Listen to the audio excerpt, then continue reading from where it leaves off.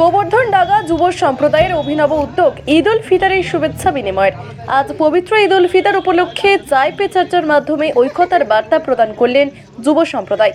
একদিকে যখন রাজনৈতিকভাবে মানুষের মাঝে ভেদাভেদ গড়ে তোলার জন্য একের পর এক পদক্ষেপ গ্রহণ করছে, ঠিক অপরদিকে অরাজনৈতিকভাবে মানুষের মাঝে ভ্রাতৃত্ব স্থাপনের ডাক গোবর্ধন ডাঙ্গা যুব সম্প্রদায়ের। প্রতিটি মানুষ আজ ব্যস্ত, যার ফলে হারিয়ে যেতে বসেছে ভ্রাতৃত্ব ও বন্ধুত্ব।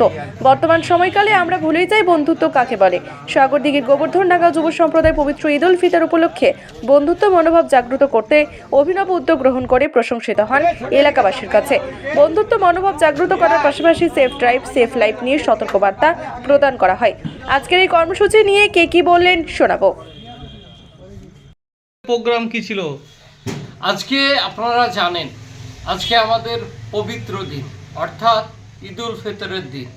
এই দিনটা আমরা আনন্দ মুখর পরিবেশ ভাবে কাটালাম, কিন্তু আমরা এই দিনে একটা কর্মসূচি নিয়েছিলাম যে ভ্রাতৃত্ব বন্ধন, অর্থাৎ মিলন বন্ধনের মধ্যে দিয়ে ঐক্যতার বার্তা দেওয়াই আমাদের মূল লক্ষ্য ছিল এই কর্মসূচিতে।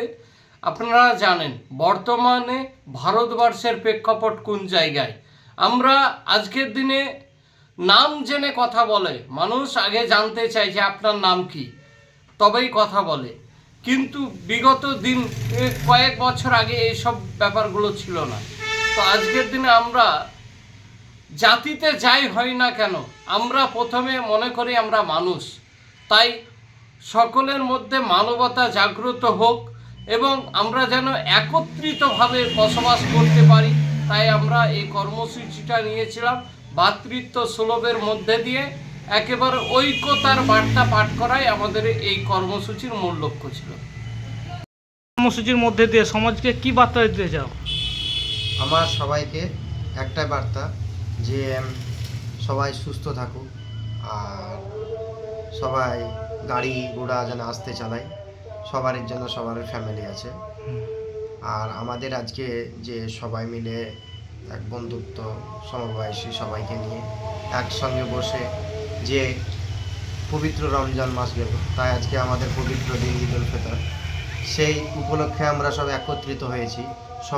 সবাই নিজে নিজের কাজে ব্যস্ত থাকে, কেউ বাইরে থাকে, কেউ অফিসে যায়, কেউ সব।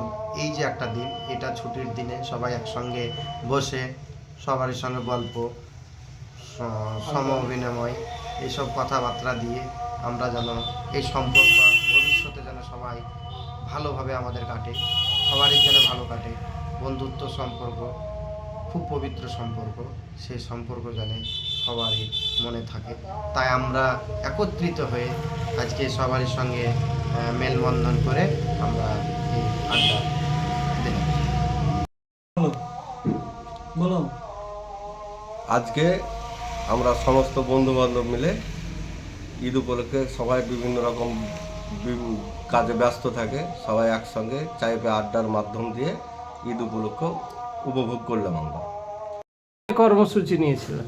আমরা বিগত দিনে কাজে কামে ব্যস্ত থাকি, তো সেই কারণে ঈদ উপলক্ষে চায় পে আড্ডা একটা আলোচনা সভা করলাম। তো খুব সুন্দর লাগলো। আলোচনা সভাটা আগামী দিনও যেন ঐক্যবদ্ধ হয়ে থাকতে পারি। আর সবারই পরিবার আছে, আমাদেরও পরিবার আছে, সেই গাড়িটা যেন আস্তে চালায়।